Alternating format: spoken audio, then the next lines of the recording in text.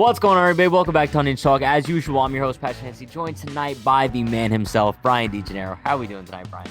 Brian Fingerguns, pretty great. How are you, Pat?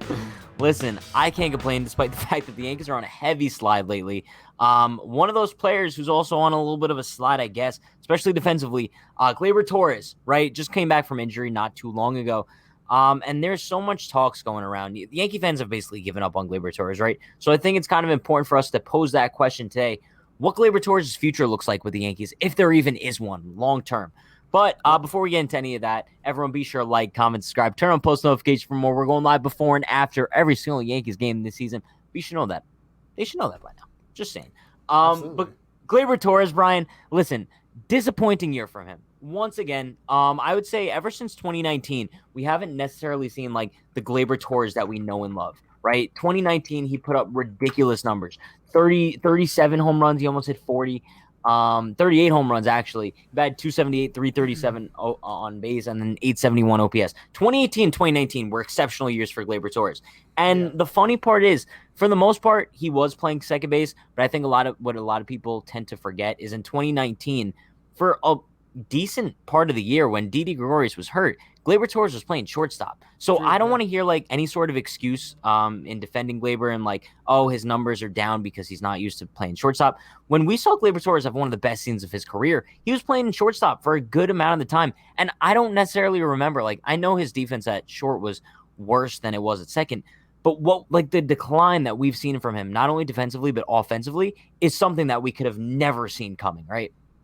Yeah, and I mean, the two are probably linked, right? If he's struggling defensively, usually those struggles translate over to the bat as well. So I'm not that surprised about it. But yeah, like you said, he did hit pretty well when he was playing shortstop in 2019. But, I don't think that we're ever going to see that Gleyber again at this point.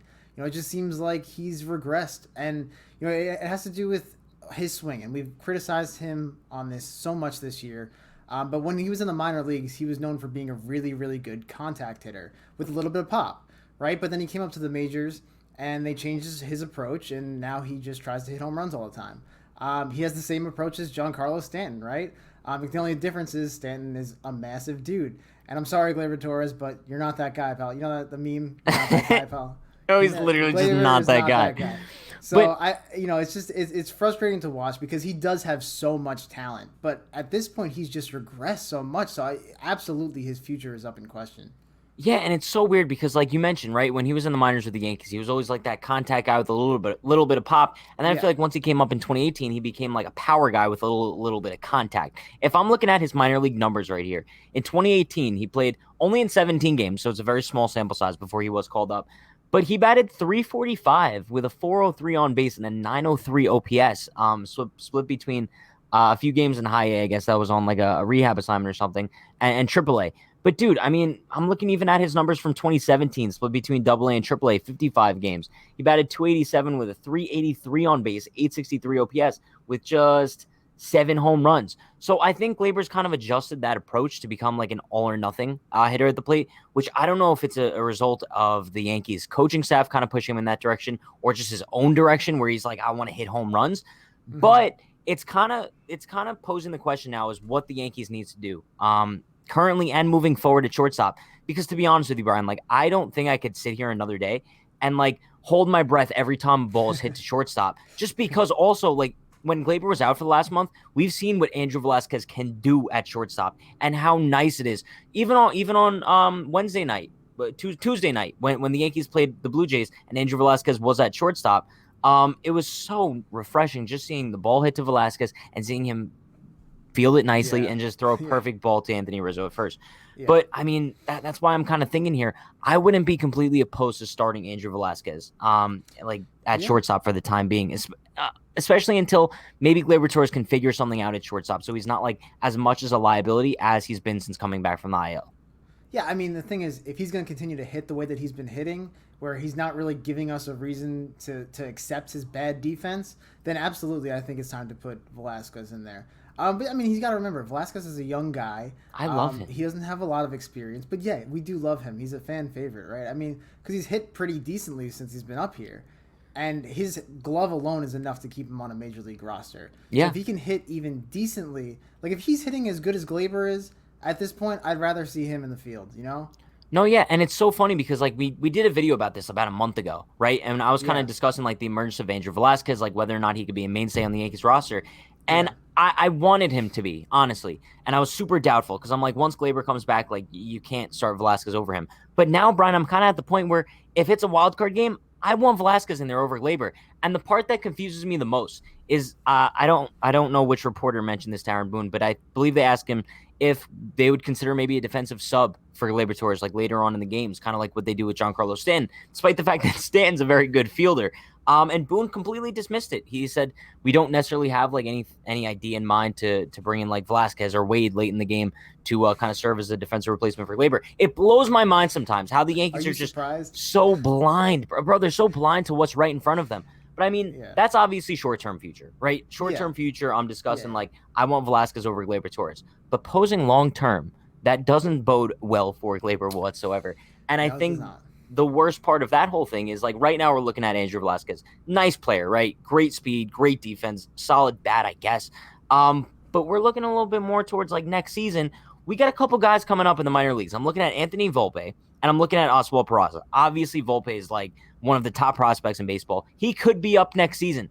So as long as he continues on that trajectory and Gleyber Torres is continuing on his, it's very possible that by like next July, Volpe could be the Yankees starting shortstop, and Gleyber Torres is going to be in a weird limbo period because I don't see the Yankees trading him this offseason simply because his value is going to be an all-time lowest. So then what do you do with Gleyber next year if Volpe's raking in the minors with solid defense and a great bat, and you have Gleyber once again for the third season in a row stinking it up at the big league level? What do you do? I mean, unfortunately, we've seen this. They've been in this position several times over the past few years, right? And what's happened? The minor leaguer's been blocked from coming to the major league roster, and then he just rots away in the minor leagues. We saw it with Clint Frazier. You know, we've seen it with guys like Trey Ambergy, guys who should get opportunities in the majors, and they just don't because you got guys like Brett Gardner on the roster taking up a roster spot. So he'll be back next year too, by the way. Probably, but next year Gleyber could potentially be that guy. It's early. He still has a chance to turn things around. You know, we haven't totally given up on Gleyber, but if the trajectory continues, I mean, if we're in next July, like you said, and Gleyber's still playing terribly, and Volpe is raking it in the minors, you have a really tough decision on your hands. Yeah, it's just so weird also because, like, 2019, like, we put Gleyber Torres in the same class as, like, some of the top-tier players in the league, right? He was a third hitter in the Yankees order going into, like, the ALCS. Bro, we put him in the same class as, like, there was discussions whether or not he was better than Tatis or, like, Juan Soto or Vlad Jr., Ronald Acuna. Now, we're discussing Andrew Velasquez as being a better player than Gleyber Torres. And I think that it's not a diss on Velasquez whatsoever. I think it's more so just a diss on Gleyber to see how far he's fallen from being one of the top players in the game to now just being one of, we don't know what to do with him. That's basically what we're looking at here. Because I don't trust any ball being hit to him. And I also don't trust him up there in a big bat situation. I just don't. But listen, for Gleyber's sake, hopefully he could turn things around soon. All I'm trying to say here is that if I'm looking at the long-term future of Gleyber Torres as a Yankee, it's much more bleak than if you would have asked me that even in the offseason. Because in the offseason, I was looking at 2020 as kind of like a fluke. It was a COVID season, whatever. But now that he's kind of shown that performance once again this season and kind of similar defense, I'm seriously looking at his future as a Yankee in limbo, especially with the emergence of Anthony Volpe. Am I right? Absolutely. Listen, Gleyber, get yourself together, please, because I don't want to have this discussion anymore. Like, I want to see 2019 Gleyber Torres. But we all do. If it doesn't, Anthony Volpe is not too bad of an option. Neither is Andrew Velasquez for the time being. But with that being said, that's going to wrap things up for this episode of Unhinged Talk. Appreciate you all for stopping by. You guys are all legends in your own right. But be sure, like, comment, subscribe, turn on post notifications for more. As the Yankees inch towards the wildcard game that they hopefully play, we'll be going live before and after every single Yankees game this season, so stay tuned for that. But you guys know the deal. Stay happy, stay healthy, stay safe. We'll see you all next time. Peace.